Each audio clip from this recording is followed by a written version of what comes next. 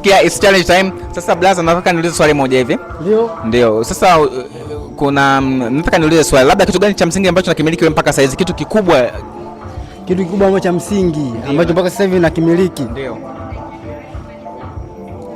Okay, sasa kwa upana gani yani kitu cha msingi kipi? Yani nataka nizungumzie rasilimali, kusema hivi labda namiliki duka, namiliki baskeli, namiliki pikipiki. Wewe unamiliki nini? Mimi mpaka sasa hivi namiliki baskeli yangu.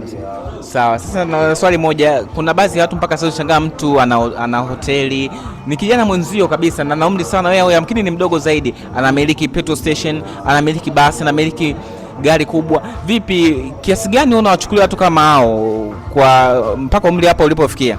Unajua mpaka sasa hivi nilipofikia, ndio wenyewe nakwambiaga kwamba kila jambo linapangwa na Mwenyezi Mungu, si ndio hivyo? Yeah. Kuna mwingine anapata leo, mwingine anapata kesho, mwingine anapata kesho kutwa, si ndio hivyo?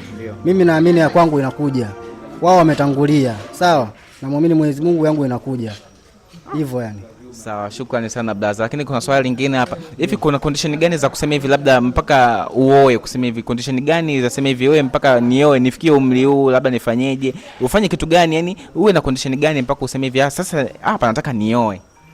Sawa. Unajua kuoa ni swala ambalo ni swala nyeti kidogo, si ndio hivyo? Ndio. Kuoa huwezi ukakurupuka, lazima ujipange, si ndio hivyo? Yeah.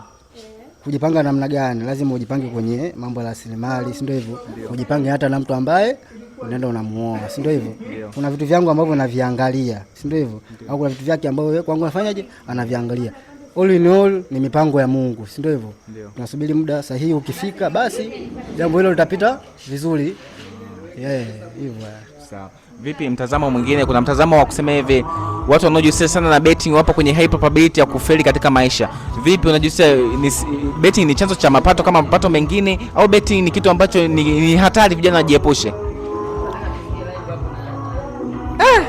Hilo swali mbona kwangu gumu. Kwa sababu gani? Kwa sababu kuna ambao wameshafanikiwa kupitia betting. Sishanielewa. Kuna ambao hawajafanikiwa kupitia betting, ni makundi mawili tofauti. Huwezi kwenda kumshauri kijana ambaye kashaona mafanikio kwenye betting ukamwambia aache. Ingawa ni swala ambalo kwenye dini tunasema watu waache, si ndio hivyo?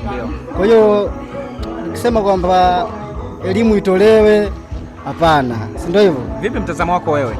Mtazamo wangu mimi kwamba kwa namna gani yani? Ya kusema wewe betting unatazamia kusema hivi ni chanzo cha mapato kama vyanzo vingine, au unatazamia betting kusema hivi kama ni haramu? Kwangu mimi betting sio chanzo cha mapato kwangu mimi hapa. Ndio. Betting sio chanzo cha mapato kwangu mimi. Sasa sijajua kwa watu wengine kwamba betting ni chanzo cha mapato kwao. Kwa wale ambao tayari washafanikiwa na hiyo betting ni chanzo cha mapato, lakini kwangu mimi betting sio chanzo cha mapato kwangu mimi. Shukrani sana. Nilikuwa na blaza hapa anaitwa Skudu, kwa ametuonyesha cooperation kubwa sana. Shukrani bro. Fresh. Poa. Umeweza mzee.